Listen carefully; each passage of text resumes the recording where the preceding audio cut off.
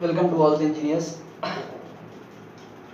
Body plot आपका ख़त्म हो चुका है और लास्ट यूनिट जो कंट्रोल सिस्टम के आपके 6M के सिलेबस में है वो है स्टेट स्पेस एनालिसिस, और इसके अलावा एक दो टॉपिक और हैं, एम्प्लीडाइन, मेटाडाइन एंड बस। तो उसमें से जो हमारा पहला टॉपिक है, जो लास्ट यूनिट है स्टेट स्पेस एनालिसिस, उसको स्टार्ट करते हैं। छोटा सा यूनिट है, ज़्यादा लंबा है नहीं। देखिए स्टेटिस अभी तक हमने जितना भी पढ़ा 5th सेम में भी और 6th सेम में भी, वो था ट्रांसफर फंक्शन एनालिसिस। उसमें हमने सिस्टम्स के, कोई भी सिस्टम था, कई सारे कॉम्बिनेशंस के, फीडबैक और सब कुछ, उन सब का हमने ट्रांसफर फंक्शन निकाला। और ट्रांसफर फंक्शन क्या है? इनपुट और आउटपुट के बीच का एक रिलेशन है। Transfer function equal to CS/RS, जिसमें कि हमको ये पता चलता है कि इनपुट और आउटपुट के बीच का रिलेशन क्या है। और उस ट्रांसफर फंक्शन के मदद से हमने कई सारे स्टेबिलिटी एनालिसिस के तरीके पढ़े, रूट लोकस, फिर आपको राउथ हर्विट्ज और भी कई सारे, बॉडी प्लॉट, नाइक्विस्ट, मेनी। तो अभी तक हमने ट्रांसफर फंक्शन एनालिसिस पढ़ा, लेकिन ट्रांसफर फंक्शन एनालिसिस के अपने कुछ लिमिटेशंस हैं, अपने कुछ सीमाएं हैं। जैसे उसमें हम लोग कहते थे कि इनिशियल कंडीशंस आर जीरो, मतलब इनिशियल कंडीशंस को हम नहीं ले सकते हैं। ट्रांसफर फंक्शन इनिशियल कंडीशन को जीरो लेने पर ही बन सकता है। एक तो ये लिमिटेशन था। दूसरा, हम आपको बताए भी थे कि transfer function is only applicable for linear time invariant system, LTI system. वो बताए थे हम कि लीनियर टाइम इनवेरिएंट सिस्टम पे ही सिर्फ एप्लीकेबल होता है। दो बात। तीसरी बात, जब हम लोग ब्लॉक डायग्राम रिडक्शन पढ़े थे, तो उसमें जो लास्ट में हम लोगों ने कुछ क्वेश्चन किया था मल्टीपल इनपुट का, जिसमें एक से ज्यादा इनपुट रहते थे और तब आपको कंप्लीट ट्रांसफर फंक्शन निकालना होता था। तो आपको याद होगा हम लोग कैसे करते थे। पहले एक इनपुट लेते थे और दूसरे को इग्नोर करते थे और तब आउटपुट निकालते थे। फिर दूसरा इनपुट लेते थे, पहले वाले को इग्नोर करते थे, फिर आउटपुट निकालते थे, और फिर उन दोनों को जोड़ देते थे, तो फिर फाइनल आउटपुट निकलता था। इसी तरह से हमने कुछ क्वेश्चंस किए मल्टीपल इनपुट मल्टीपल आउटपुट के, जिसमें 2 इनपुट 2 आउटपुट टाइप का था। तो जब भी आपको system multiple input multiple output का होता है, तो उसका भी ट्रांसफर फंक्शन बन तो सकता है, बट इट इज क्वाइट लेंदी, काफी लेंदी होता है, क्योंकि आपको एक बार में एक इनपुट लेना है, फिर पूरे को सॉल्व करना है, ब्लॉक डायग्राम रिडक्शन करना है, फिर निकालना है, फिर दूसरे को करना है, फिर निकालना है, फिर दोनों को ऐड करना है। 2 हो तब तो ठीक है, 4 5 6 इनपुट हो तो और ज्यादा लेंदीनेस बढ़ता है, कंबरसन होता है ना। तो वहां भी प्रॉब्लम है। 3 प्रॉब्लम है जो हम लोग देख चुके हैं। चौथा एक और प्रॉब्लम है कि ट्रांसफर फंक्शन एनालिसिस आपको सीधे सीधे आउटपुट और इनपुट के बीच का रिलेशन है, इंटरनल सिस्टम के इंटरनल कंडीशन के बारे में कोई आपको जानकारी नहीं मिलती है। बस ये पता चलता है कि ये इनपुट पर ये आउटपुट होगा, ये कंडीशंस होंगे, है ना। तो ये सब कुछ चीजें थी जिसके कारण एक नया अप्रोच, एक नया तरीका का डिस्कवर हुआ सिस्टम के एनालिसिस के लिए, उसके इनपुट और आउटपुट के बीच के रिलेशन के लिए, जो कि इन लिमिटेशंस को खत्म करे। इस टॉपिक का डिटेल तो आपको आगे पढ़ना होगा, लेकिन जो इंट्रोडक्टरी पार्ट है वो हम लोगों को इस सेमेस्टर में, इस यूनिट में आपको पढ़ना है कि स्टेट स्पेस एनालिसिस होता क्या है, स्टेट क्या होता है, स्टेट वेरिएबल क्या होता है, उससे रिलेटेड क्वेश्चंस कैसे बनते हैं, कैसे किसी सिस्टम का स्टेट स्पेस एनालिसिस किया जाएगा, ये सारा कुछ इससे रिलेटेड है। और इसके साथ साथ 2 और चीज बहुत इंपॉर्टेंट इससे निकलेगा आपको, कंट्रोलेबिलिटी एंड ऑब्जर्वेबिलिटी, तो उसको भी हम लोग देखेंगे। तो फिलहाल देखिए क्या एडवांटेजेस हैं स्टेट स्पेस एनालिसिस के, वो मैंने यहाँ लिख दिया, हो सकता है आपको नोट्स में ना जाइए क्योंकि नहीं लिखा हुआ है। तो एडवांटेजेस में मेनली ये 6 एडवांटेजेस हैं। पहला कि better for multiple input multiple output system, जो मैंने आपको बताया। दूसरा applicable for linear, non linear, time invariant, time variant, हर तरह के सिस्टम के लिए ये एनालिसिस एप्लीकेबल है। तीसरा considers initial conditions also, initial conditions को भी हम लोग कंसीडर कर सकते हैं। चौथा also tells about internal state of system, system के इंटरनल स्टेट के बारे में बताता है, सिर्फ इनपुट आउटपुट रिलेशन ही नहीं बताता है, इंटरनल स्टेट के बारे में भी बताता है। Next controllability and observability can be found, ये सुविधा ट्रांसफर फंक्शन एनालिसिस में नहीं थी जो यहाँ पर आपको मिलेगी। और पांचवा more accurate then transfer function analysis. ठीक है, तो ये एक तरह से आप कहिए तो मॉडर्न कंट्रोल सिस्टम है। जो हम लोगों ने पढ़ा transfer function, that is also used most widely at present, लेकिन ये मॉडर्न कंट्रोल सिस्टम है और आने वाले समय में इसका ही यूज ज्यादा होने वाला है। तो अब हम लोग इसको स्टार्ट करते हैं, स्टेट स्पेस एनालिसिस को। स्टेट स्पेस एनालिसिस में सबसे पहले जो आपको समझना है और सबसे जो प्राइमरी चीज है, सबसे इंपॉर्टेंट जो चीज है जो आपको समझना है, वो है स्टेट क्या होता है और स्टेट वेरिएबल्स क्या होते हैं। स्टेट मतलब ये नहीं कि बिहार एक स्टेट है और एमपी है, यूपी है, वो नहीं, ये अलग चीज है। तो स्टेट क्या है और स्टेट, हालांकि बहुत सिंपल सा चीज है, स्टेट क्या है और स्टेट वेरिएबल क्या है। इसको समझने के लिए एक सिंपल सा जो एग्जाम्पल लेक्चरर्स लेते हैं वो हम भी ले रहे हैं यहाँ पर, कि एक सपोज कि एक ब्लॉक है, कोई गाड़ी है, कोई बस है, कुछ भी है, जिसका मास m है और उस पे एक फोर्स Ft लग रहा है। फोर्स टाइम के साथ वैरी कर रहा है ना। इस समय 10 न्यूटन फोर्स है, कुछ देर बाद हो सकता है 5 न्यूटन हो, कुछ देर बाद हो सकता है 8 न्यूटन हो।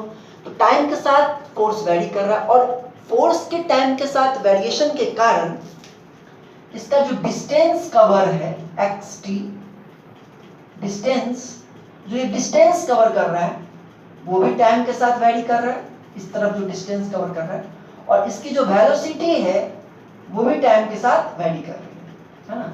अभी इसकी वेलोसिटी 10 मीटर पर सेकंड है, कुछ देर बाद 15 है, कुछ देर बाद 8 है, टाइम के साथ वैरी कर रहा है। कौन कौन? डिस्टेंस और वेलोसिटी दोनों। और फोर्स भी टाइम के साथ वैरी कर रहा है। कांस्टेंट है तो सिर्फ और सिर्फ इसका मास। अब आप लोग थोड़ा बहुत फिजिक्स पढ़े हैं, याद होगा कुछ कुछ। तो देखिए फोर्स का फॉर्मूला एक पढ़े, mass into acceleration, Newton's second law, Ft equal to m into at, कह सकते हैं ना, force equal to mass into acceleration. तो acceleration equal to 1/m into Ft कर सकते हैं, ठीक है।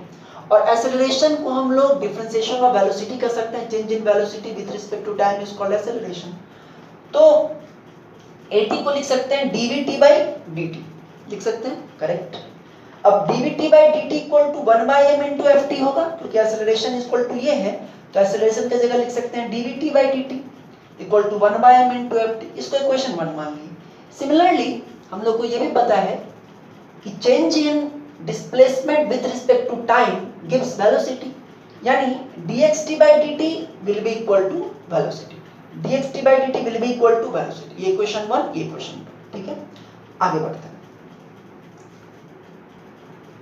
देखिए ये जो ब्लॉक है ये काफी देर से चला आ रहा है ना, काफी देर से चला आ रहा है, मतलब माइनस इन्फिनिटी टाइम से ये चला रहा है मान लीजिए। और अभी जैसे अभी जो भी टाइम हो रहा है उस समय आप इस ब्लॉक को देख रहे हैं, और अभी का जो टाइम है जिसमें आप इस ब्लॉक को देख रहे हैं वो टाइम है t0, ठीक है। काफी दूर से चला रहा है और जहां जब से स्टार्ट हुआ तब से इस टाइम t0 तक इसने x t0, यहां जो लिखे हुए x t0 डिस्टेंस कवर किया है। और अभी t0 टाइम पर जो इसकी वेलोसिटी है वो है vt0। बात समझ में आ रही है? और हमको ये पता करना है या हमको ये जानना है कि अगले 1 घंटे बाद या 1.5 घंटे बाद या अगले t टाइम पर उसका डिस्टेंस कितना कवर्ड होगा और उसकी वेलोसिटी कितनी होगी किसी भी टाइम t पर। और अभी t0 टाइम पर इसका डिस्टेंस कवर्ड है xt0 और वेलोसिटी है vt0। बात समझ में आ गई? हम लोग यहां तक आ गए थे। अब क्या है, अब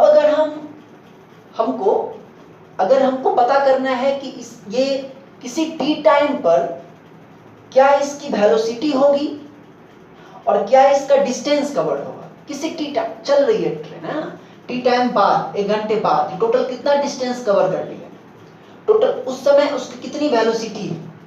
ठीक है, तो चूंकि ये जो है ये फंक्शंस हैं टाइम के साथ वैरी कर रहे हैं, इसलिए अगर हमको टी टाइम पे उनका डिस्टेंस निकालना है तो हमको -∞ से लेकर के टी तक का इंटीग्रेशन करना पड़ेगा, है ना। किसी भी टाइम टी पे निकालना है तो हमको इसका इंटीग्रेशन करना पड़ेगा। ठीक है, क्योंकि ये टाइम के साथ वेरिएबल चीजें हैं, है ना।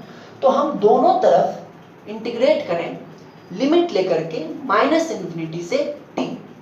इनिशियल कंडीशंस इसमें हम ले रहे हैं, है ना, 0 से टी नहीं कर रहे हैं। हम अभी जिस समय से देख रहे हैं उस समय से 1 घंटे की बात नहीं कर रहे हैं, ये पहले कभी से चल रहा था, -∞ से चल रहा था, अभी हम देख रहे हैं t0 टाइम पर, और 1 घंटे बाद की उसकी क्या स्थिति होगी उसको हम लोग निकाल रहे हैं। ठीक है, तो दोनों तरफ अगर हम इंटीग्रेट करें तो ये जो है आपका, ये तो डिफरेंशिएशन है, तो इंटीग्रेशन का डिफरेंशिएशन dt हो जाएगा। तो यहाँ देखिए -∞ से t dvt/dt dt equal to 1/m -∞ से t ft dt, मैथमेटिक्स का लेवल।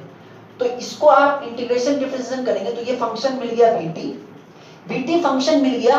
इसमें जो भी यहाँ पे वैल्यू आएगी उसमें हम जिस भी टाइम पे आपको निकालना है उसको पुट कर देंगे तो हमको वेलोसिटी मिल जाएगा, लेकिन पहले एक्सप्रेशन तो निकले। तो इस तरफ का 1/m -∞ से t ft dt। अब इस पूरे इंटीग्रेशन को हम लोग 2 पार्ट में ब्रेक कर सकते हैं। किस 2 पार्ट में? अभी इस टाइम पे आपको इसकी वेलोसिटी पता है कि अभी ये 10 मीटर पर सेकंड से जा रहा है, ठीक है ना। तो -∞ से t0 तक में इसकी वेलोसिटी, -∞ से लेकर के अभी तक में इसकी वेलोसिटी कितनी हुई, 10 मीटर पर सेकंड। तो अगर हम इस इंटीग्रेशन को 2 पार्ट में ब्रेक करें, -∞ से t0 ft dt plus 1/m t0 से t ft dt, तो ये जो पार्ट है -∞ से t0 ft dt, है ना। तो ये जो है, जैसे कि देखिए वेलोसिटी इक्वल टू क्या है, 1/m -∞ से t ft dt। ठीक है, तो -∞ से t0 ft dt by m जो होगा, जैसे इसको m को अंदर ले जाएं तो एक्सेलरेशन हो जाएगा, और एक्सेलरेशन का इंटीग्रेशन क्या होगा, वेलोसिटी, लेकिन -∞ से t0 तक का, और t0 अभी का टाइम है जिस समय इसकी वेलोसिटी है 10 मीटर पर सेकंड। तो इसकी वैल्यू जो होगी वो टोटल हो जाएगी अभी की वेलोसिटी, यानी vt0। तो इसको क्या लिख दिए, vt0 प्लस ये। अब ये जो एक्सप्रेशन है, ये एक्सप्रेशन देखिए, किसी भी अभी के बाद किसी भी टाइम पर, है ना, अभी के बाद किसी भी टाइम पर जो भी स्पीड होगी उसका एक्सप्रेशन क्या होगा, vt0 जो अभी का है प्लस, है ना, प्लस t0 से t टाइम में ft dt बाई m। ठीक है, ये एक्सप्रेशन आपको बताएगा वेलोसिटी किसी भी टाइम पर क्या वेलोसिटी है ना। हालांकि ये सारा चीज हम लोग क्यों कर रहे हैं, सारा चीज का यूज नहीं है, बस ये यूज है जानने का कि स्टेट क्या होता है और स्टेट वेरिएबल क्या होता है। ठीक है ना, बस ये जानने के लिए, हालांकि इसका डेफिनेशन हम देंगे अलग से, लेकिन ये समझने के लिए बस कि स्टेट क्या होता है, किसी भी सिस्टम का स्टेट मतलब क्या है। एक चीज तो आप यहाँ देख रहे हैं कि इस सिस्टम पर इनपुट क्या है, फोर्स है इनपुट ft, है ना, और आउटपुट क्या है, आउटपुट है डिस्टेंस कवर्ड, कितना डिस्टेंस कवर किया, और वेलोसिटी, क्या वेलोसिटी है ना। बेसिकली आउटपुट आपका डिस्टेंस कवर्ड है, ठीक है। लेकिन ये जो आउटपुट है डिस्टेंस कवर्ड, ये किन किन चीजों पे डिपेंड कर रहा है, एक तो इनपुट पे डिपेंड कर ही रहा है, ऊपर से वेलोसिटी और इन सब चीजों पे भी डिपेंड कर रहा है। इससे हमको ये पता चला कि स्टेट क्या होता है, स्टेट वेरिएबल क्या होता है। तो अभी तो हमको ये पता चला कि वेलोसिटी का एक्सप्रेशन क्या होगा, vt0 प्लस 1/m t0 से t ft dt। अब इसको भी जरा अगर हम लोग, ये तो निकल गया आपको वोल्टेज का वेलोसिटी का एक्सप्रेशन, अगर डिस्टेंस का एक्सप्रेशन निकालना है तो फिर से अगर हम इस टर्म को, ये जो है आपका इक्वेशन 2, इसको अगर हम लोग इंटीग्रेट करें सेम, तो ये हो जाएगा -∞ से t dxt by dt equal to minus infinity से t V T D T, यहाँ भी क्या होगा dt, तो ये तो हो जाएगा xt। और फिर अगर इसको हम लोग दो पार्ट में बांटे, क्योंकि हम अभी का टाइम में कितना स्टार्टिंग से लेकर अभी तक कितना डिस्प्लेसमेंट हुआ वो हमको पता है, तो हम इसको लिखिए अगर vt dt plus t not से t vt dt। तो देखिए इंटीग्रेशन ऑफ वेलोसिटी होता है टाइम सॉरी डिस्टेंस, है ना, तो ये हो जाएगा xt not plus integration of t not से t vt dt। ठीक है, अब vt तो आपको पता है ये है vt, है ना, तो इसको अगर हम पुट करें यहां पर xt not plus t not से t, vt की जगह पुट करें vt not plus 1/m integration t not से t ft dt। ठीक है, और ये होल का dt। ठीक है, देखिए एक एक्सप्रेशन हम इसको जो ये वाला है इसको मिटाते हैं, है ना, इसको हम नहीं मिटा रहे, हम इसको इधर कंटिन्यू कर रहे हैं। तो यहां से xt equal to xt not plus, देखिए ये vt नॉट तो कांस्टेंट है ना, तो vt नॉट dt और इसका अगर अलग से इंटीग्रेशन होगा, vt नॉट कांस्टेंट है अभी की वेलोसिटी, तो ये हो जाएगा आपको अगर vt नॉट इंटू dt और इसका इंटीग्रेशन करेंगे ये क्या t नॉट। ठीक है, तो ये हो जाएगा vt not into t minus T not, vt not into t minus T not, इसका हो जाएगा और इधर का हो जाएगा प्लस 1/m t नॉट से t दो डबल इंटीग्रल t नॉट से t ft dt dt। तो हम लोग इसका कोई डेरिवेशन नहीं करने जा रहे हैं, है ना, बस ये हम इसको इक्वेशन नंबर 2 देंगे। देखिए समझिए बात, जो आप इक्वेशन नंबर 2 नहीं, इक्वेशन नंबर 4, वो जो ब्लॉक था, है ना, उसकी वेलोसिटी किसी भी टाइम पे मतलब t नॉट के बाद, अभी तो हमको पता है अभी इसकी वेलोसिटी 10 मीटर पर सेकंड है, लेकिन अभी से 1 घंटे बाद उसकी वेलोसिटी क्या होगी वो कैसे पता चलेगा? अभी का जो वेलोसिटी है प्लस इसके इंटीग्रेशन से, मतलब vt नॉट पे डिपेंड कर रहा है और इनपुट पे डिपेंड कर रहा है।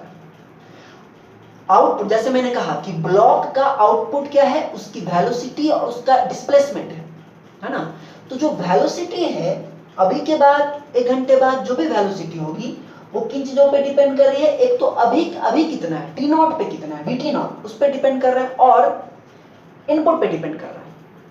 ठीक है, सिमिलरली जो xt है आपका, जो डिस्टेंस अभी का तो आपको पता है कि अभी तक में ये 10 मीटर या 10 किलोमीटर कवर किया, लेकिन अगले 1 घंटे बाद में कितना करेगा, तो अभी का प्लस vt नॉट मतलब वेलोसिटी पे भी डिपेंड करेगा, है ना, और इनपुट पर तो डिपेंड करेगा। अब समझिए कि सेट क्या होता है और सेट वेरिएबल क्या होता है। देखिए जो ये सिस्टम है उसका जो आउटपुट है वो इनपुट के अलावा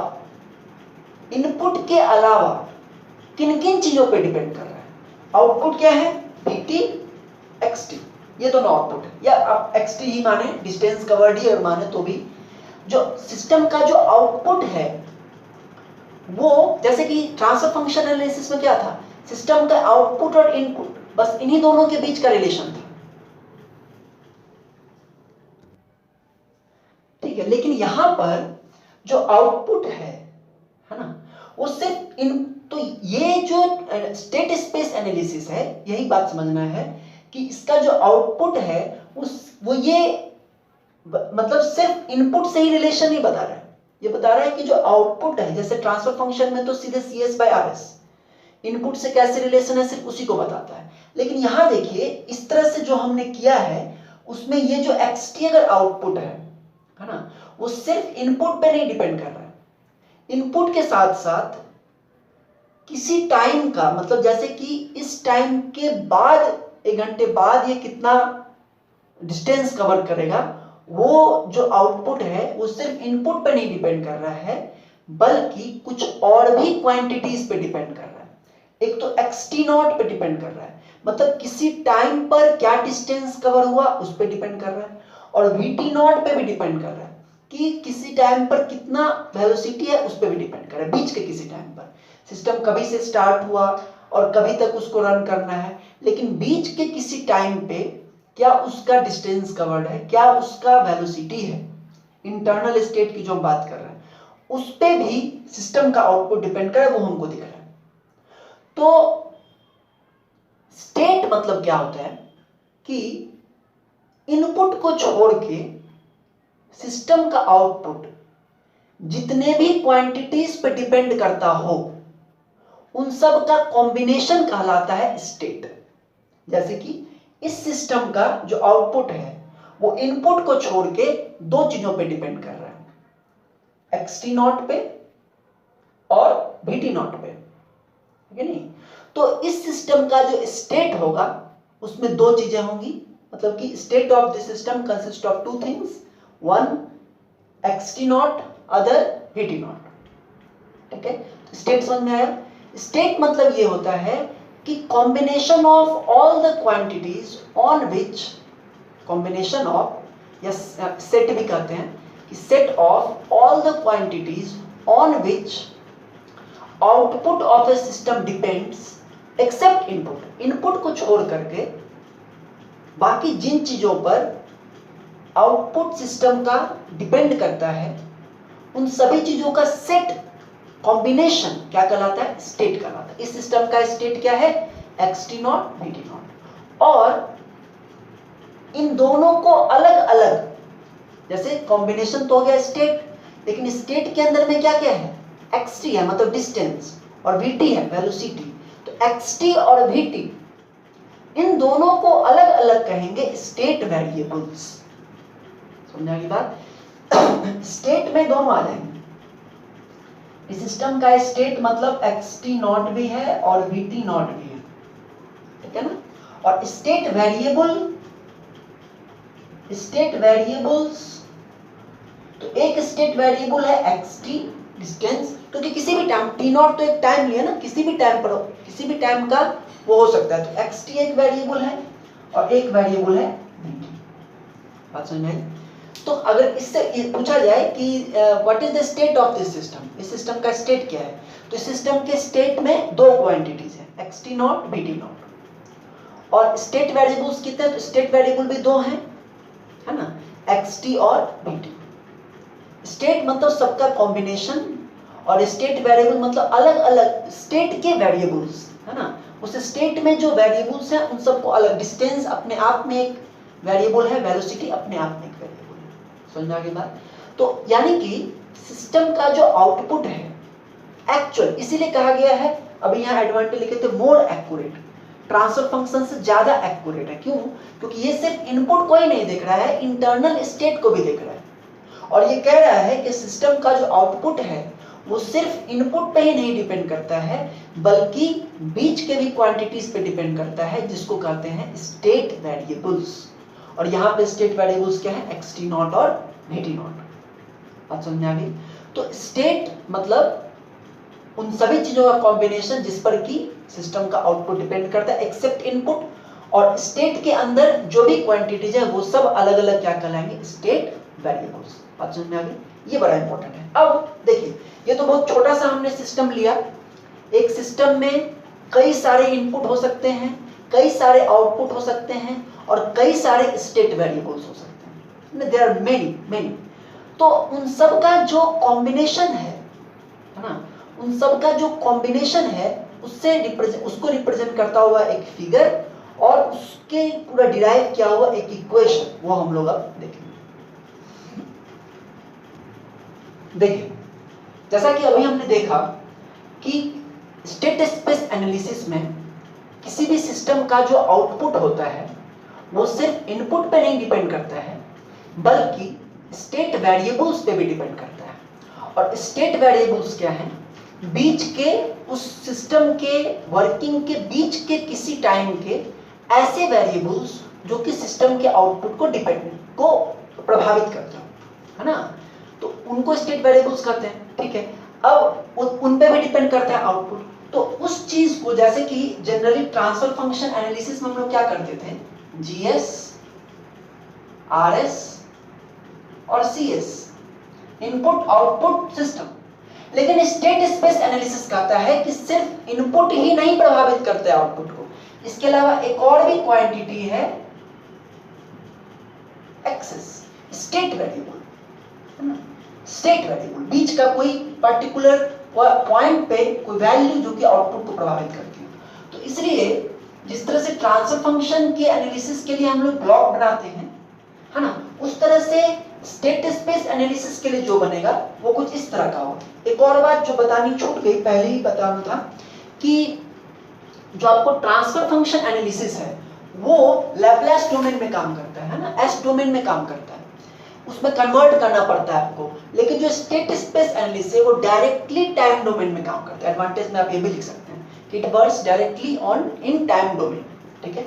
अब देखिए स्टेट स्पेस एनालिसिस में किसी सिस्टम को कैसे रिप्रेजेंट करेंगे, multiple input multiple output system को। तो ये आप इस तरफ देखिए, कई सारे इनपुट हैं, U1T, U2T, U3T, U4T, m inputs लिया गया, m नंबर ऑफ इनपुट, ये इनपुट, ये आउटपुट, p आउटपुट, 2 इनपुट हो सकते हैं, 4 आउटपुट हो सकते हैं, दैट इज, तो Y1T, Y2T ये p आउटपुट है, और आउटपुट पे, आउटपुट को प्रभावित करने वाले n स्टेट वेरिएबल्स भी हैं, है ना, जैसे अभी 2 था, डिस्टेंस और वेलोसिटी, कई सारे हो सकते हैं, तो n नंबर ऑफ ये। अब इनको रिप्रेजेंट करने, ऐसे ये तो हो गया, लेकिन इन सब को, इनपुट को हम लोग रिप्रेजेंट करते हैं एक मैट्रिक्स से, है ना, UT, इनपुट को रिप्रेजेंट करने वाला मैट्रिक्स UT, जिसके अंदर ये होगा, और इस मैट्रिक्स का जो ये होगा क्या होगा, m into 1, m रो है और एक कॉलम, m into 1, ये क्या बता रहा है, U1T, U2T, इस तरह से m नंबर ऑफ इनपुट्स हैं। सिमिलरली स्टेट वेरिएबल को रिप्रेजेंट करने के लिए एक स्टेट वेक्टर होता है xt, ये इसका क्या होगा, n क्रॉस 1, n रो 1 कॉलम। सिमिलरली आउटपुट वेक्टर को रिप्रेजेंट करने के लिए ये yt होता है, इसमें कि आप देख रहे हैं p आउटपुट है, तो p क्रॉस 1, ठीक है। तो ये कुछ इनिशियल आपको इंफॉर्मेशन हुआ कि स्टेट क्या होता है, स्टेट वेरिएबल क्या होता है, और स्टेट स्पेस एनालिसिस में इसको रिप्रेजेंट करने का तरीका क्या होता है। देखिए एक और भी तरीका है, जैसे हमने ये समझ लिया ना, तो इसको इस तरह से ना रिप्रेजेंट करके एक और भी तरीका है, जैसे ये कंट्रोल्ड सिस्टम है ना, इसको डबल लाइन से अगर हम रिप्रेजेंट कर दें, double line UT, YT, XT, है ना, तो UT क्या बता रहा है, ये पूरा, ठीक है, इनपुट वेक्टर, YT क्या बता रहा है, ये पूरा आउटपुट वेक्टर, और XT क्या बता रहा है, ये पूरा स्टेट वेक्टर, ठीक है। तो ऐसा भी अगर लिखा हुआ है UT, YT, XT, तो आप समझ सकते हैं, ठीक है। अब इसमें जो नेक्स्ट है जिससे कि हम लोग एनालिसिस वगैरह सीखेंगे, वो है स्टेट मॉडल इक्वेशन। अब हम लोग उस स्टेट मॉडल इक्वेशन को समझने का प्रयास करेंगे। देखिए जो स्टेट स्पेस एनालिसिस जो है वो 2 इक्वेशंस के मदद से पूरा का पूरा सॉल्व होता है, 2 इक्वेशंस की मदद से। जो एक इक्वेशन है वो स्टेट के बारे में है, और तो 2 जो इक्वेशंस हैं, एक है स्टेट इक्वेशन और एक है आउटपुट इक्वेशन। तो स्टेट इक्वेशन हम लोग अभी पहले पढ़ेंगे, उसके बाद आउटपुट इक्वेशन पढ़ेंगे। देखिए स्टेट इक्वेशन जो है, तो स्टेट मॉडल इक्वेशन के 2 पार्ट हैं, स्टेट इक्वेशन, आउटपुट इक्वेशन, ठीक है, और इसी पे पूरा का पूरा आपका ये यूनिट है। देखिए स्टेट इक्वेशन कैसे बनेगा, हम लोगों ने अभी देखा कि dx/dt, जिसको कि xt तो उसके ऊपर एक बिंदु बनाते हैं ना ऐसा, तो ये किसके बराबर था, dt के बराबर, ठीक है। और अभी जस्ट पिछले एग्जाम्पल में, और dvt/dt जो कि vt के ऊपर डॉट है, ये किसके बराबर है, f(t)/m के, ठीक है ना। समझिए यहां से आपको क्या दिख, अच्छा xt और vt दोनों आपके स्टेट वेरिएबल्स हैं, ठीक है ना। यहां से दिख रहा है कि एक स्टेट वेरिएबल में जो चेंज है, स्टेट वेरिएबल में जो चेंज है वो स्टेट वेरिएबल पे भी डिपेंड कर सकता है। स्टेट वेरिएबल में change equal to another state variable. एक स्टेट वेरिएबल में जो चेंज है वो दूसरे स्टेट वेरिएबल पे भी डिपेंड कर सकता है, उसके भी बराबर हो सकता है। और दूसरा क्या देख रहे हैं कि ये जो स्टेट वेरिएबल है vt, इसमें जो चेंज है वो इनपुट पे डिपेंड कर रहा है, f of t, input into multiplied into some constant. तो इन दोनों से हम क्या देख रहे हैं कि स्टेट वेरिएबल में जो चेंज है वो किसी दूसरे स्टेट वेरिएबल पे भी डिपेंड कर सकता है और इनपुट पे भी डिपेंड कर सकता है ना।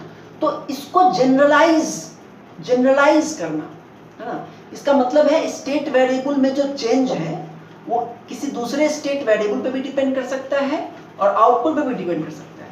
तो इसको जनरलाइज लिखने का तरीका ये है, ये बनाया गया कि स्टेट वेरिएबल में चेंज को लिखा जाए, जितने भी स्टेट वेरिएबल हैं उन सब का सम प्लस जितना भी इनपुट है उन सब का सम, ठीक है। क्योंकि स्टेट वेरिएबल में चेंज दूसरे स्टेट वेरिएबल पे भी डिपेंड कर सकता है, उसके इनपुट पे भी डिपेंड कर सकता है, या दोनों के कॉम्बिनेशन पे भी डिपेंड कर सकता है। ये तो बहुत सिंपल एग्जांपल आप देखिए जिसमें कि मात्र एक इनपुट था, दो आउटपुट था और स्टेट वेरिएबल दो थे। इसमें कई सारे सिस्टम्स में मल्टीपल इनपुट अभी हमने देखा उसमें हो सकता है। तो स्टेट वेरिएबल के चेंज को जनरलाइज लिखने का क्या तरीका है कि x1t equal to a11 x1t, a11 a12 जितना भी आप देख रहे हैं सब कांस्टेंट है, क्योंकि हो सकता है कि x of t में चेंज 2vt हो, 3vt हो, 4vt हो, किसी के साथ मल्टीप्लाइड हो। तो ये जो a11 वाला है ये बता रहा है कि क्योंकि इसमें चेंज किसी दूसरे वेरिएबल पे भी डिपेंड कर सकता है, इसलिए सभी वेरिएबल्स का सम। अब मान लीजिए जैसे कि xt जो है वो vt पर तो डिपेंड कर रहा है, लेकिन vt में जो चेंज है वो xt पर तो डिपेंड नहीं कर रहा है, वो तो सिर्फ इनपुट पे डिपेंड कर रहा है। तो जनरल इक्वेशन में सब कुछ लिखा जाता है, लेकिन एक्चुअली में अगर कोई किसी स्टेट वेरिएबल का चेंज जैसे x1t में चेंज जो होगा वो मान लीजिए कि x2t पे डिपेंड नहीं करता है, तो ये पार्ट 0 हो जाएगा, बाकी सब रहेगा, है ना।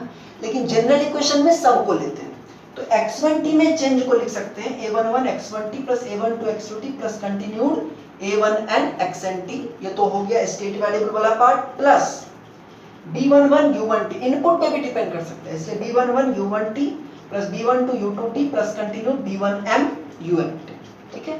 तो ये एक स्टेट वेरिएबल के चेंज को इस तरह से रिप्रेजेंट करते हैं। सिमिलरली दूसरे में भी कर सकते हैं, दूसरे स्टेट वेरिएबल का, और सिमिलरली तीसरे का लास्ट सब का इस तरह से कर सकते हैं।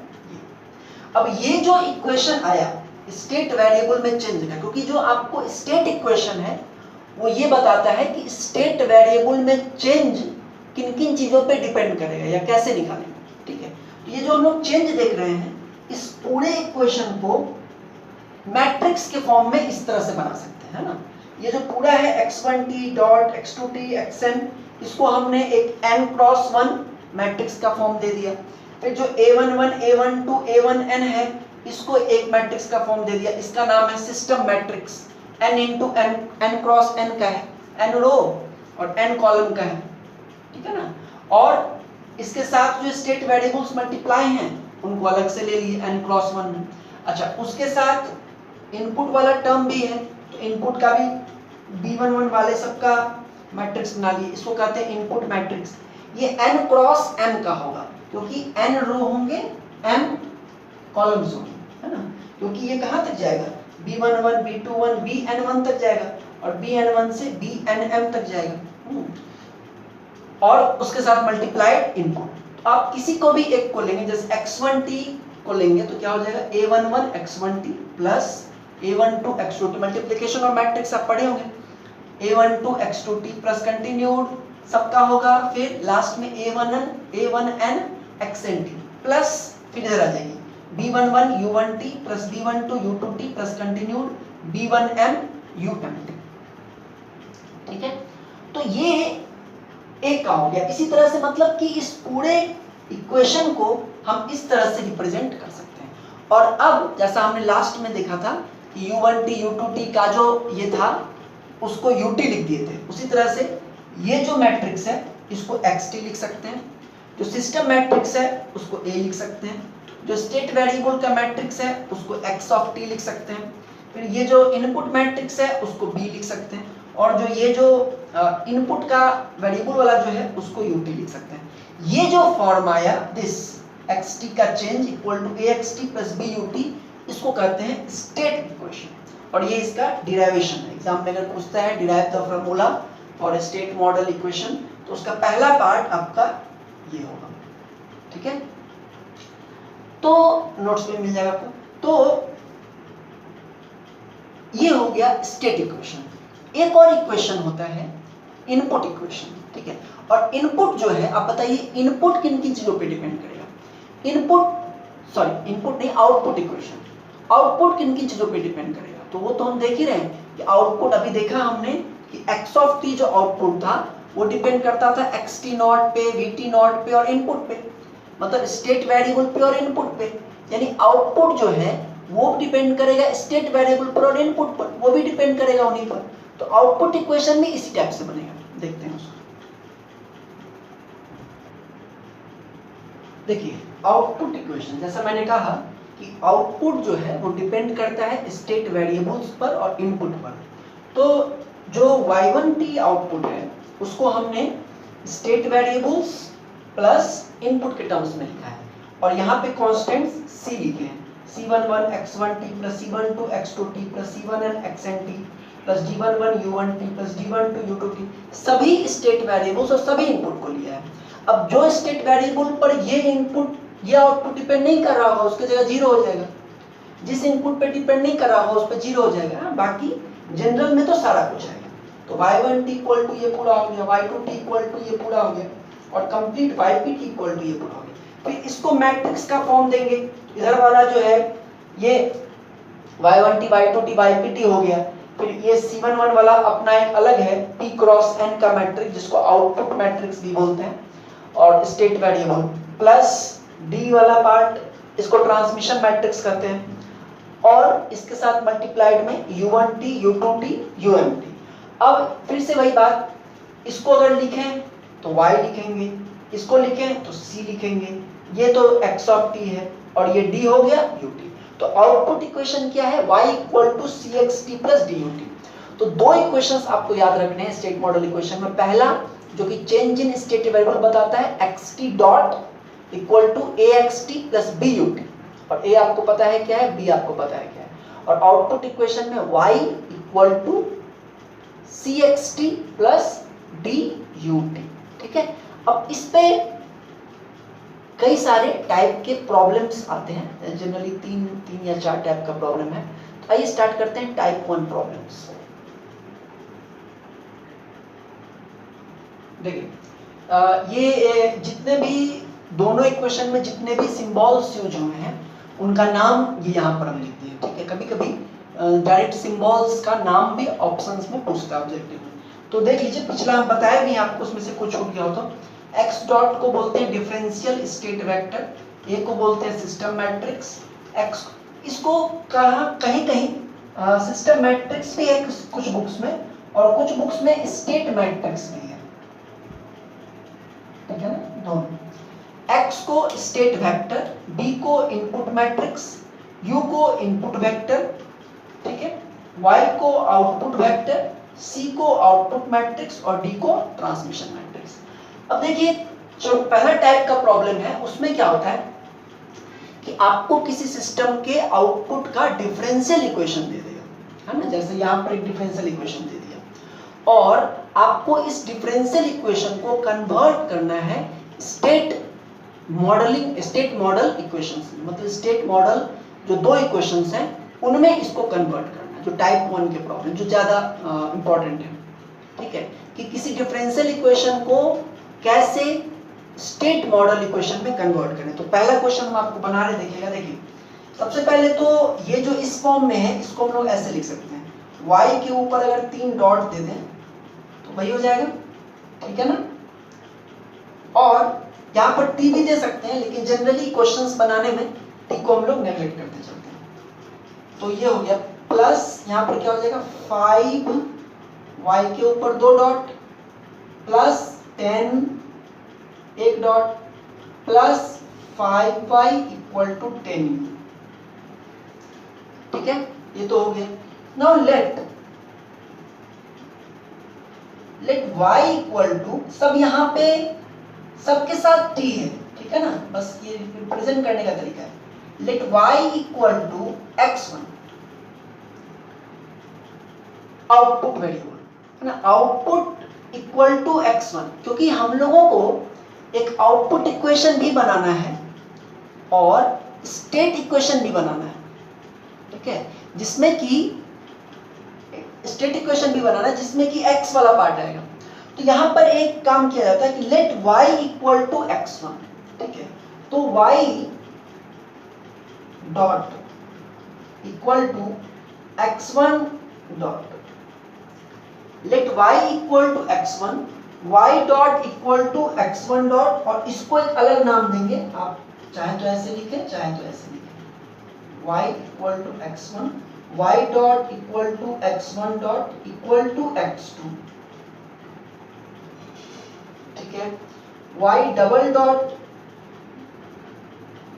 Equal to x1 double dot equal to x2 dot equal to x3, y triple तक है ना।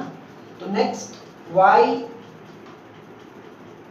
Triple dot equal to x1 triple dot equal to x2 double dot equal to x3 dot equal to x4, ठीक है। y equal to x1 मान लेंगे, y dot equal to x1 और x2, y double dot x1 double dot x2 dot x3 ना हो गया। आगे देखते हैं, इधर रब करते हैं। तो हमने क्या किया, y को x1 माना एक स्टेट वेरिएबल की तरह से, और ये जितना यहाँ पर जितना डेरिवेटिव है y ट्रिपल उतना तक लेके आएंगे, y triple equal to x1 triple dot equal to x2 triple dot equal to x3 dot, और बस यहाँ पे आके रुक जाएंगे, ठीक है ना, x3 डॉट पे आकर के आप रुक जाइए, क्योंकि यहीं से सारा सॉल्व हो जाएगा, x4 करने की जरूरत नहीं पड़ेगी आपको। अब यहाँ जो वैल्यूज आई उनको इस इक्वेशन में पुट करना है, तो y ट्रिपल डॉट के जगह पर हम लिख सकते हैं x3 डॉट, ठीक है, तो उसको लिखेंगे x3 dot plus 5y double dot, तो 5y double dot, y double dot जो है लिखेंगे 5y डबल डॉट, तो y डबल डॉट किसके बराबर है, x3 के बराबर। अब आप कहेंगे यहाँ पर x2 डॉट लिख सकते हैं, है ना, लिख सकते हैं, लेकिन अभी क्या है कि एक वेरिएबल का इक्वेशन हम लोग लिखने जा रहे हैं, स्टेट वेरिएबल इक्वेशन बनाना है ना, तो एक वेरिएबल का इक्वेशन लिखेंगे पूरा, एक वेरिएबल के टर्म्स में, उसके बाद फिर दूसरे वेरिएबल का, फिर तीसरे वेरिएबल का। इसलिए जो पहला जो एक्सप्रेशन होता है वो तो डॉट वाला लेते हैं, लेकिन उसके बाद जितना है सबको नॉर्मल लेते हैं। जैसे देखिए y2 है ना, तो 5x3 प्लस 5x3, ठीक है, 5x3 हो गया। नेक्स्ट है 10 dy इक्वल टू x2, तो प्लस 10 x2 प्लस 5y, तो y के जगह क्या हो जाएगा x1, तो plus 5x1 equal to 10u, u मतलब n। यहां से x3 डॉट का इक्वेशन मिलेगा, क्या हो जाएगा 10u, या ऐसे ले लीजिए minus 5x1 minus 10x2 minus 5x3 plus 10। तो ये आपको x3 डॉट का इक्वेशन आ गया। देखिए स्टेट इक्वेशन में क्या होता है, चेंज जो होता है वो बराबर होता है स्टेट वेरिएबल और इनपुट के टर्म्स में। यहाँ पर आ गया आपको x3 डॉट, आ गया आपको स्टेट वेरिएबल के टर्म्स में और इनपुट के टर्म्स में, ठीक है। ओके, नेक्स्ट देखिए, ये तो ये हो गया। सिमिलरली इसको तो आप रखिए, यहाँ अब x3 डॉट का तो निकल गया, लेकिन पूरे में हमको x3 डॉट भी चाहिए, x1 डॉट भी चाहिए, x2 डॉट भी चाहिए। x2 dot x2 dot equal to क्या है, x3, तो x2 डॉट का इक्वेशन क्या हो जाएगा, सीधे इक्वल टू x3, मतलब x2 डॉट जो है वो सिर्फ x3 पे डिपेंड कर रहा है और किसी इनपुट वगैरह पे नहीं डिपेंड कर रहा है, ठीक है। या आप ऐसे लिखिए also x2 dot equal to x3 and x1 dot equal to x2। और अब इन तीनों को लेकर के हम लोग एक स्टेट इक्वेशन बना सकते हैं। कैसे? Now state equation is shown below.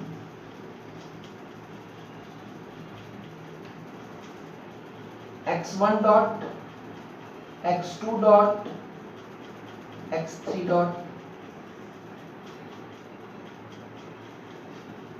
ठीक है। यहां पर कुछ वैल्यूज आएंगी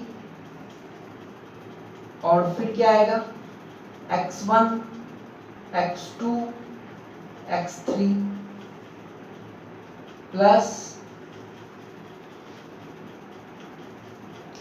प्लस क्या होगा, अगर कोई क्वांटिटी इनपुट पे डिपेंड कर रहा है तो वो भी तो होगा, है कि नहीं, तो उसको भी हमको देखना होगा। तो यहां पर भी जैसे हमने देखा था कि ये 3x1 का है, 3x1 का है, तो ये 3x3 का, 3x3 का होता था। और सिमिलरली ये जो होता था, यहाँ जो हम लोग कहते थे ना, बी जो होता था, बी, तो बी अगर आपको ध्यान में हो तो बी होता था आपको n क्रॉस m का, है ना। जैसे ये जो है ये होता है आपको n क्रॉस n का, तो a, और b जो होता था वो होता था n क्रॉस m का, n state variable m input, n cross m का। यहाँ पे स्टेट वेरिएबल कितने हैं, 3, और इनपुट कितना है, 1, तो n क्रॉस 1 यानी 3x1 का यहाँ पर होगा। देखिएगा उसको तो आपको समझ में आ जाएगा, 3x1 का होगा और इनपुट तो एक ही है, तो ये एक ही होगा। तो ये पहले आपको बना लेना है, ये इक्वेशंस निकाल के उसके बाद समझ के कि कितने कितने का मैट्रिक्स होगा। जैसे ये होगा n×1 का, ये होगा n×n का, जितने स्क्वायर मैट्रिक्स होगा, है ना, n×n का, और ये होगा n×m का, n मतलब स्टेट वेरिएबल, m मतलब इनपुट, तो n×m का ये होगा, और इनपुट तो इनपुट है। अब इसमें वैल्यूज को पुट करना है, ठीक है। अब इसमें क्या करना है, वैल्यूज को पुट करना है। तो वैल्यूज को पुट करना है, आइए अब देखते हैं कैसे। देखिए x1 डॉट जो है ये किस पे डिपेंड कर रहा है, x2 पे डिपेंड कर रहा है, ठीक है। देखो, और किसी इनपुट पे डिपेंड नहीं कर रहा। तो देखिए जरा कैसे इसमें सजाएं ताकि ये आ जाए। तो 0 रखते हैं यहाँ, x1 dot equal to 0 into x1 और प्लस 0 इंटू u2, ठीक है। और यहाँ पे रखेंगे 1 ताकि x1 dot equal to 1 into x2 plus 0 into u, सही है, सोचिएगा इस पर। और सिमिलरली x3 डॉट नहीं सॉरी, और x1 dot equal to 0 into x1 हो गया, 1 इंटू x2 हो गया, और x1 डॉट इक्वल टू क्या हो जाएगा, x3 पे तो डिपेंड करता नहीं है, तो 0 इंटू x3, 0 1 0, मैट्रिक्स का सारा क्या है। x2 डॉट को देखिए, x2 डॉट सिर्फ x3 पे डिपेंड कर रहा है, तो x2 डॉट इक्वल टू यहाँ 0 रखेंगे, 0 इंटू x1 इस पे भी नहीं कर रहा है, तो 0 इंटू u, फिर x2 डॉट 0, x3 पे कर रहा है तो 1, x2 डॉट इक्वल टू क्या हो जाएगा, 1 into x3 plus 0 into u। समझ में आ रहा है कुछ? मैट्रिक्स क्या है, अगर आपको मैट्रिक्स का ध्यान में होगा तो ये हो जाएगा, ठीक है। अब आते हैं x3 पर। x3 के पास सबसे ज्यादा वैल्यूज है। x3 इक्वल टू क्या है, -5x1, तो यहां होगा -5, और -10x2 तो -10, और -5x3 तो -5, और प्लस 10u, बस ये बन गया इसका स्टेट इक्वेशन। समझ में आ रहा है? स्टेट इक्वेशन बनाने में ही प्रॉब्लम है, आउटपुट इक्वेशन तुरंत बन जाता है, स्टेट इक्वेशन में आपको प्रॉब्लम होगी। तो स्टेट इक्वेशन देखिए क्या है, सबसे पहले तो इक्वेशन दिया डिफरेंशियल, उसको आप जो है पहले इस फॉर्म में लिख लीजिए। उसके बाद y को कुछ मान लीजिए x1, ठीक है। तो y डॉट क्या हो जाएगा, x1 dot equal to x2, फिर डबल कीजिएगा तो x1 double dot equal to x2 dot equal to x3, और ट्रिपल कीजिएगा तो triple equal to x1 triple equal to x2 double equal to x3। बस इतना पद ला करके रुक जाइए। अब y ट्रिपल के जगह पुट करेंगे x3 डॉट, और सिर्फ वही एक डॉट वाला होगा, बाकी सब सिंपल होगा। d2y क्या हो जाएगा, x3, ठीक है। 10 डिवाइड dt क्या हो जाएगा, x2। इस तरह से पहले इसको लिख लेंगे, और पहला स्टेट इक्वेशन आपको मतलब स्टेट वेरिएबल का जो चेंज है वो x3 का आ गया, और x2 डॉट का क्या होगा, इक्वल टू x3, फिर x1 डॉट का क्या होगा, इक्वल टू x2। इतना करने के बाद अब आपका मेन काम शुरू होता है स्टेट इक्वेशन बनाने का। सबसे पहले तो इधर आप देख लीजिए कितने आपके स्टेट वेरिएबल्स हैं, तो 3 है, तो 3 क्रॉस 1 का मैट्रिक्स बनाएंगे, फिर यहाँ पर 3 क्रॉस 3 का बनाएंगे, है ना। फिर इधर भी कितने का बनाएंगे, 3 क्रॉस 1 का बनाएंगे। फिर ये जो b है, इस b को देखना होगा, जो b है वो 3 क्रॉस 1 का बनेगा, क्योंकि 3 स्टेट वेरिएबल है और 1 इनपुट है, वो बन गया। अब इसमें वैल्यूज सजाना है, तो x1 डॉट देख लीजिए सिर्फ x2 पे डिपेंड करता है, किसी इनपुट पे नहीं, तो 0 1 लगा लिए x2 के साथ, और x3 के साथ 0, और 0 u। अगर u के साथ कुछ होता तो 1 लगाते, या 2 जो भी होता वो लगाते। फिर x2 डॉट किस पे डिपेंड कर रहा है, 3 पर, तो 0 0 1, और x3 डॉट -5 -10 -5, ठीक है। अब इसका एक और बच गया आउटपुट इक्वेशन। तो देखिए आउटपुट इक्वेशन क्या होता है, देखिए आउटपुट इक्वेशन, तो जो आउटपुट इक्वेशन है वो देखिए, आउटपुट इक्वेशन देखते हैं। आउटपुट इक्वेशन क्या होता है, y equal to cx plus du, है ना। तो आउटपुट तो आपके पास एक ही है, y है, तो y इक्वल टू, और y इक्वल टू क्या माने, x1, है ना। y इक्वल टू cx, ठीक है। और c जो होता है, c का जो आपको मैट्रिक्स का साइज होगा वो 1 क्रॉस 3 का होगा, है ना। c का अगर आप देखिएगा तो वो आपको p क्रॉस n आएगा, है ना। आप अगर c का देखिए तो वो p क्रॉस n का होता है, सही है। तो p मतलब कितने आउटपुट, और n मतलब स्टेट वेरिएबल। तो यहाँ आउटपुट है एक ही और स्टेट वेरिएबल है 3, तो कैसा होगा, ये कुछ इस तरह का होगा, 1 रो 3 कॉलम। और ये तो ऐसा होगा x1 x2 x3। फिर du b का जो होता है, b का जो होगा वो कितना इनपुट और कितना आउटपुट, इनपुट क्रॉस आउटपुट होगा, सॉरी आउटपुट क्रॉस इनपुट होगा, ठीक है। आउटपुट क्रॉस इनपुट, आउटपुट कितना है 1 और इनपुट कितना है 1, तो 1 क्रॉस 1। इस तरह से आप स्टेट इक्वेशन में भी कर सकते हैं। आपको दिक्कत हो तो आप ऐसे लिख लिया कीजिए, x dot equal to a x plus b u, ठीक है। तो x डॉट तो पता ही है 3 होगा, x भी पता है 3 होगा, इनपुट एक है तो 1 होगा, a कितना होगा, तो x डॉट 3 और x भी 3 है, तो 3 क्रॉस 1, a का आपको साइज पता चल गया।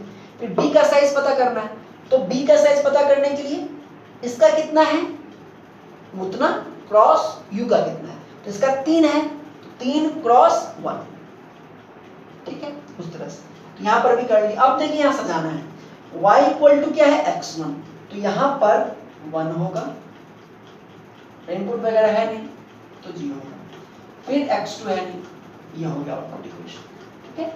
क्योंकि y इक्वल टू क्या है x1, तो 1 ले लिए, ये हो गया 0 0 भी, ठीक है। तो इस तरह से आप स्टेट इक्वेशन और आउटपुट इक्वेशन को ड्रॉ कर सकते हैं, ठीक है ना। तो अब हम आपको कुछ न्यूमेरिकल्स देते हैं, होमवर्क उसको बनाइए,